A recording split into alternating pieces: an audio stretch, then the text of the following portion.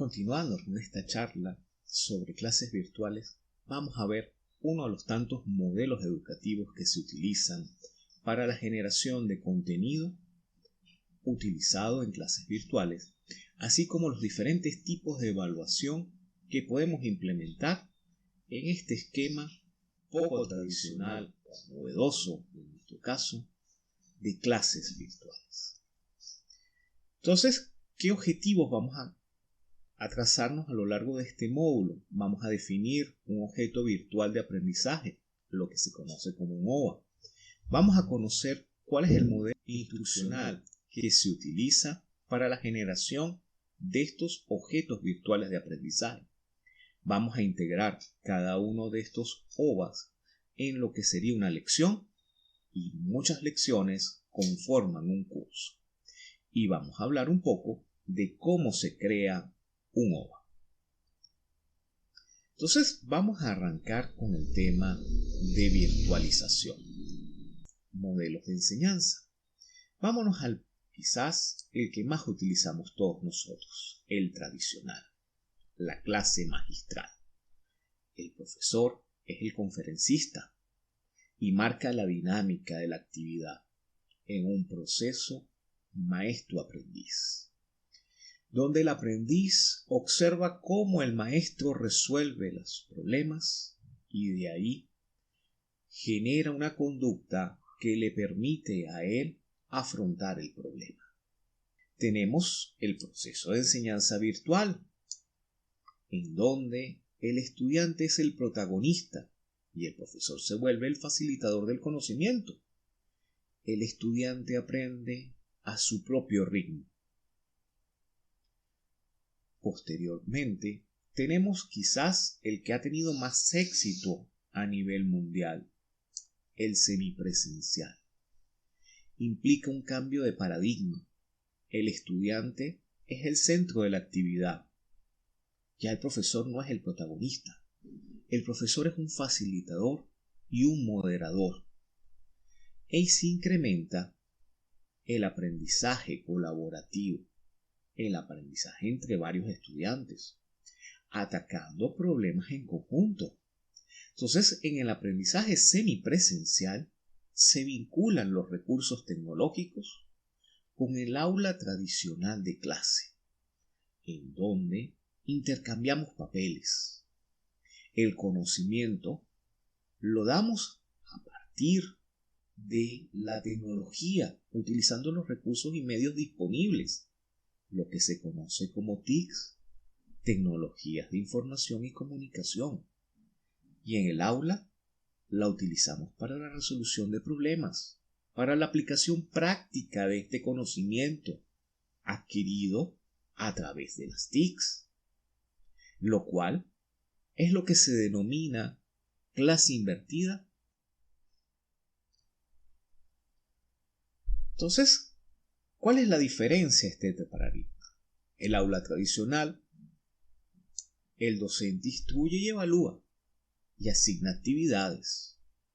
Su trabajo es impartir conocimiento, evaluar y hacer reflexionar.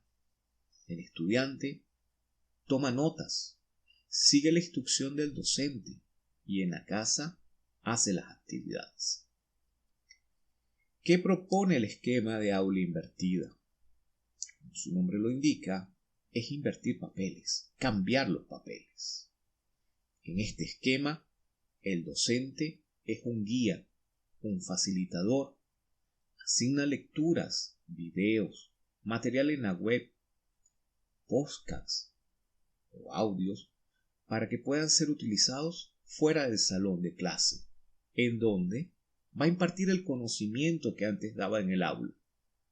El estudiante, en cambio, ahora llega al salón con el conocimiento adquirido, que aplicará en diversas actividades, con la asistencia del docente, la guía del docente.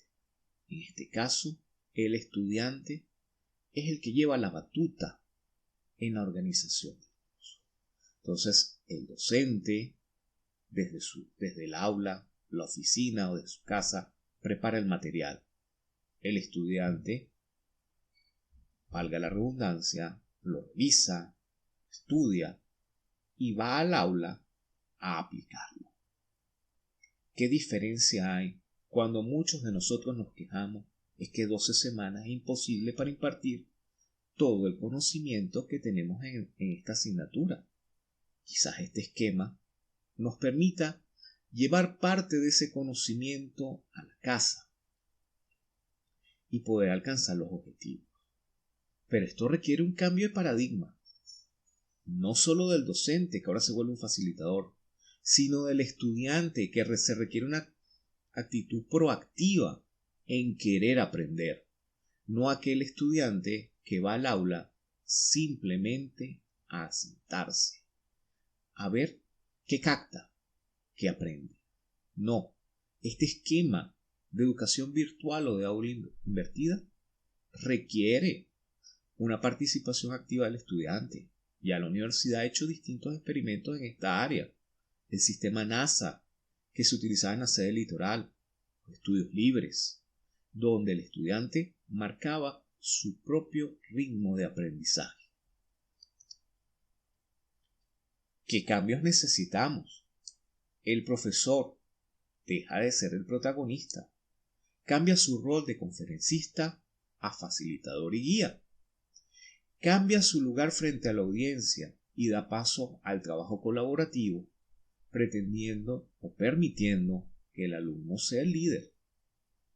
El estudiante, y quizás esta es la parte más complicada de este proceso, puesto que nuestros estudiantes no están formados en esta área, se convierte en un aprendiz activo, adquiere su mayor responsabilidad sobre su propio aprendizaje y se convierte en líder a dirigir al grupo y llevarlo. ¿Cómo podemos preparar un contenido para aprendizaje virtual? Una manera de las tantas posibles es mediante un objeto o la preparación de un objeto virtual de aprendizaje. Un objeto virtual de aprendizaje es un conjunto de recursos autocontenibles y reutilizables con un propósito educativo y construido por al menos 3 componentes: contenidos, actividades de aprendizaje y elementos de contextualización. Vemos que entre sus características tenemos: uno es reutilizable, es decir, lo podemos utilizar, son módulos, son células dentro de un gran cuerpo o dentro de un gran organismo que podemos utilizar en distintas actividades. Tiene que ser flexible, versátil y funcional. Debe tener interoperabilidad, es decir, se puede mezclar con distintos OVAs para conformar una lección o un curso. Debe ser durable en el tiempo y atemporal, es decir, no debe estar casado con un momento o un instante de tiempo. Y sobre todo, debe ser accesible. Debe estar a la disposición del estudiante cuando lo necesite. ¿Qué estructura tiene un OVA? ¿O qué estructura se sugiere que debe tener un objeto virtual de aprendizaje? El objeto debe tener una introducción, debe tener unos objetivos o unas competencias que queremos alcanzar a lo largo de este. Debe tener un contenido en donde metemos ese conocimiento que queremos que el estudiante domine. Debe tener ejemplos de aplicación de este conocimiento. Debe tener actividades de aprendizaje en donde el estudiante, a través de pequeños ejemplos, pueda aplicar ese conocimiento a procesos de la vida a día, de la vida diaria. Y finalmente, debe tener una evaluación que le permita realimentar al estudiante y poder hacer esa realimentación entre el docente y el estudiante que le permita ver su asimilación, sus dificultades y aclarar dudas. Es decir, un OVA tiene que ser un elemento autocontenido. Debe ser una célula en sí mismo de un organismo y debe poder agruparse con otras células para lograr un organismo, una función específica. Entonces, cuando nosotros formulamos un conjunto de OVAs, de objetos virtuales de aprendizaje, nosotros podemos juntar varios OVAs y conformar una lección. El conjunto de lecciones forman nuestro curso. Es decir, que para el aprendizaje virtual, nosotros tenemos que partir del macro que es el curso, dividirlo en lecciones y a su vez estas lecciones dividirlas en objetos virtuales de aprendizaje. Y sobre cada uno de estos objetos virtuales de aprendizaje es que vamos a desarrollar el contenido multimedia de lecturas o actividades que permitan conformar estos objetos, y a través del aprendizaje de cada uno de estos objetos por parte de nuestros estudiantes podemos generar las lecciones y el curso completo. ¿Qué atributos deben tener estos OVAs? Como ya lo veíamos en la lámina pasada, deben ser reutilizables. Sirven como base para la creación de otro recurso para diversas aplicaciones. Debe ser accesible, con una localización y recuperación eficiente a través de metadatos. Debe ser interoperable. Opera entre distintas plataformas de software y hardware. Debe ser portable. Se mueve y alberga en diferentes plataformas sin un cambio en su contenido. Y debe ser durable. Permanecen intactos en las actualizaciones de software y hardware. ¿Qué beneficios tiene estructurar los cursos a través de objetos virtuales de aprendizaje? Para el estudiante, se integran en el proceso de aprendizaje. Se adaptan estos a su ritmo de aprendizaje, puesto que él es el que va usando cada uno de estos objetos virtuales de aprendizaje hasta que los domina, es decir, aprende a su propio ritmo. Acceden a contenidos que se adaptan fácilmente a los cambios tecnológicos. Tienen acceso en cualquier momento y los materiales ya han sido utilizados o han sido creados con criterios de calidad. ¿Qué beneficio le trae al docente? Ofrecen métodos de aprendizaje alternativos. Obtienen al momento los objetos que necesitan para construir módulos de aprendizaje. Es decir, cuando nosotros tenemos un conjunto de OVAs, podemos juntarlos en nuevas lecciones o en nuevos cursos. Se adaptan los programas formativos a las necesidades específicas de cada estudiante. No todos los estudiantes aprenden al mismo ritmo. No todos tienen las mismas facilidades o dificultades durante el proceso de aprendizaje. Entonces nos permite un aprendizaje más enfocado al individuo y menos al grupo. Disminuye el tiempo de desarrollo de los materiales didácticos al profesor después que tiene construido un conjunto de OVAs. ¿Qué diseño instruccional se utiliza para diseñar el OVA? El ADIE: análisis, diseño, desarrollo, implementación y evaluación. 5 etapas. En la primera de análisis, ¿qué quiero enseñar? ¿A quién voy a enseñar? ¿Y qué recursos puedo utilizar de toda la amplia gama que encontramos a lo largo del Internet y de nuestra propia experiencia? ¿Cómo lo diseño? ¿Cómo bosquejo esa línea temporal que queremos que transite el estudiante para alcanzar las metas que nos proponemos? para alcanzar esos objetivos de aprendizaje. En la tercera etapa, ¿cómo lo desarrollamos? Se elaboran los planes de la lección y los materiales a emplear. Esa ruta que debe seguir el estudiante con nuestros objetos virtuales de aprendizaje para poder alcanzar el objetivo. ¿Cuál es el orden que tiene que utilizar el material? ¿Cómo lo debería utilizar? Es aquella línea de instrucción, es aquella ruta como hacen el Waze o los GPS para llegar al destino. ¿Cómo lo implementamos en la etapa 4? ¿Cómo se divulga eficientemente? ¿Y qué tan efectivo es la instrucción? ¿Qué plataforma utilizamos? ¿Cómo hacemos llegar a nuestros estudiantes ese contenido desarrollado para que lo tenga disponible en cualquier momento? Finalmente, la última etapa de este modelo instruccional es la evaluación. Se evalúa la efectividad y la eficiencia en la instrucción. Y de esa evaluación no solo es el resultado del estudiante, sino del mismo proceso de aprendizaje. En esa evaluación nosotros debemos hacer esos cambios de timón, esos cambios de ruta que nos permitan llegar efectivamente a los objetivos con nuestros estudiantes. Los OVAs no son objetos estáticos, tienen que estar en continua evaluación para lograr los frutos.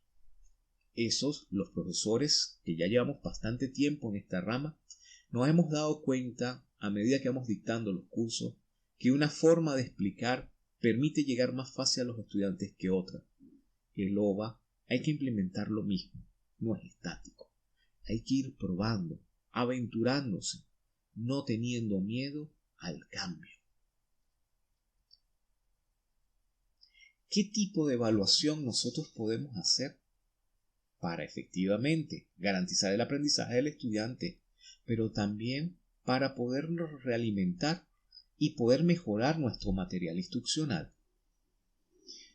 Existen 3 tipos de evaluación, normalmente en los sistemas o en los procesos de enseñanza. La diagnóstica o inicial, su objetivo es conocer las fortalezas y las debilidades de los estudiantes y conocimientos que poseen antes de recibir la instrucción. Tenemos la etapa formativa o la evaluación formativa. El objetivo es monitorear el aprendizaje del estudiante para proporcionar realimentación. Esto es una clave vital del proceso virtual. Tenemos que realimentar a nuestros estudiantes. Tenemos que darle información de cómo va, cuáles son sus logros, cuáles son sus deficiencias. Sin una realimentación, el aprendizaje virtual no logra sus objetivos. Ayudar a identificar las primeras brechas en la instrucción. Basado en la realimentación, se sabrá en dónde enfocarse para obtener mayor expansión de la instrucción. Finalmente, la evaluación sumativa, que quizás es la que estamos más acostumbrados a hacer. Valorar el alcance al cual ha llegado al final de la instrucción, pero mide más la efectividad del aprendizaje, las relaciones acerca de la instrucción y los beneficios en base o a largo plazo.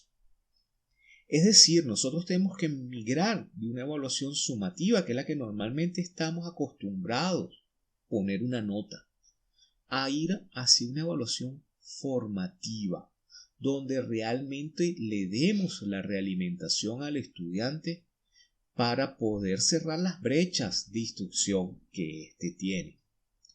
Obviamente, tenemos que dar una calificación al final del curso. Entonces tenemos que mezclar esa evaluación sumativa con la evaluación formativa. De esta manera podemos obtener los mejores resultados en el proceso de enseñanza virtual. Algunos ejemplos de evaluación: pruebas escritas estructuradas, los ensayos de respuesta abierta, las evaluaciones de conducta, que es lo que normalmente hacemos en los laboratorios, la evaluación de productos, las entrevistas orales que detectan nuestros estudiantes, el portafolio de actividades en aquellos cursos donde se elabora un proyecto final, una escala de actitudes, como pueden ser las encuestas, una rejilla de constructos personales, los test vocacionales, muy utilizados en el área de psicología, la matriz de valoración o la rúbrica de evaluación. Esto es un aspecto muy importante. Cuando nosotros mandamos una actividad virtual, tenemos que dar instrucciones claras de qué queremos, pero el estudiante debe saber cómo queremos o cómo lo vamos a evaluar, sobre qué puntos vamos a hacer mayor hincapié. Y en eso, la rúbrica nos presenta una gran alternativa para que el estudiante sepa cómo nosotros vamos a evaluar o qué esperamos de esta actividad con él. La lista de cotejo o verificación y la relación. Presento un ejemplo de rúbrica para resolución de un ejercicio. Entonces, un ejercicio lo podemos dividir o seccionar esos 3 puntos que vale la ejecución, dividirlo de tal manera que el estudiante no solo colocarle una nota, sino darle la realimentación que estamos hablando. Entonces, presenta la totalidad del ejercicio a resolver.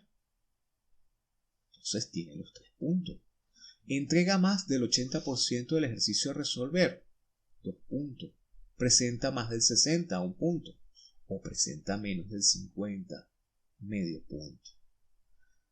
Hablamos sobre criterios sobre el procedimiento o sobre los resultados del ejercicio. De esta manera el estudiante sabe cómo puede obtener su nota máxima o cómo, cuando nosotros devolvemos la actividad, el estudiante a través de la rúbrica puede ver el criterio que utilizó el profesor para la asignación de la calificación final. De esa manera podemos dar la realimentación necesaria en este proceso de enseñanza virtual. Entonces, a lo largo de este video, pues vimos las distintas gamas de una virtualización.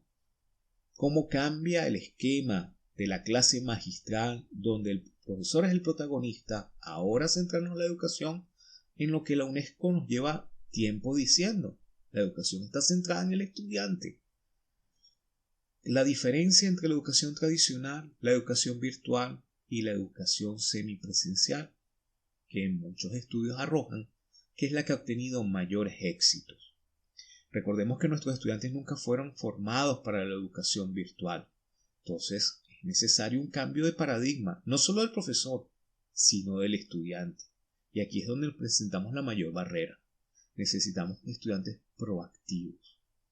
Vimos lo que es un objeto virtual de aprendizaje, sus características, cómo ellos conforman una lección y las lecciones conforman un curso, cuáles son los contenidos mínimos que requieren estos objetos virtuales de aprendizaje y un modelo instruccional para poderlos crear, donde la evaluación es la clave del mejoramiento. Y finalmente vimos algunas estrategias de evaluación y cómo tenemos que llevarnos a evaluaciones que combinen la parte formativa y sumativa para poder obtener éxito en esta forma de aprendizaje. Gracias.